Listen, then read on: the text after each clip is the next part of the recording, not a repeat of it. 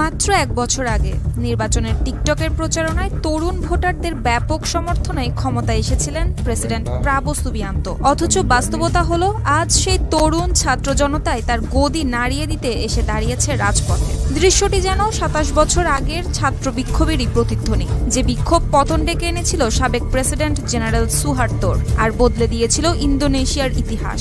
এখন প্রশ্ন, সেই ইতিহাসই কি আবার ফিরে আসছে?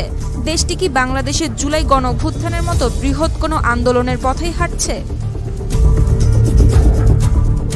এই ক্ষোভ আজকের নয়, জমছিল অনেক আগে থেকেই, যখন দ্রব্যমূল্যে লাগাম ছাড়া দৌড়, কর্মসংস্থানের অভাব, বৈষম্য আর দুর্নীতি মাথা চাড়া দিয়ে উঠছিল। ঠিক তখনই সাংসদের বিলাসী ভাতা ঘোষণা যেন ঘি ঢেলে দিল সেই আগুনে।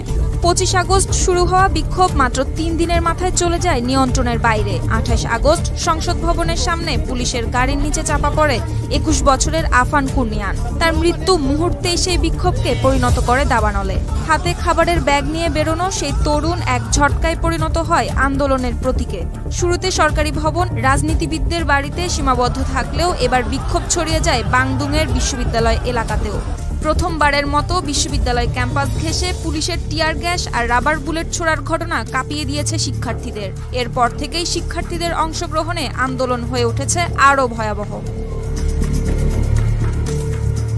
রাজধানী জাকার্তা থেকে দাবানলের মতো ছড়িয়ে পড়া এই অস্থিরতায় গত এক সপ্তাহেই প্রাণ হারিয়েছে অন্তত ১০ জন, আর অরাজকতার অভিযোগে আটক হয়েছে প্রায় ৩,০০০-এরও অধিক। পরিস্থিতি যখন পুরোপুরি নিয়ন্ত্রণের বাইরে, তখন প্রেসিডেন্ট প্রাবো আফানের পরিবারের সঙ্গে দেখা করে ক্ষমা চান। একই সঙ্গে সাংসদদের বিদেশ সফরে নিষেধাজ্ঞা আর বিতর্কিত ভাতা কমানোর ঘোষণাও দেন তিনি। তবে ক্ষুব্ধ জনতার অভিযোগ, নির্যাতনের মাত্রা কমার বদলে আরও বেড়েছে।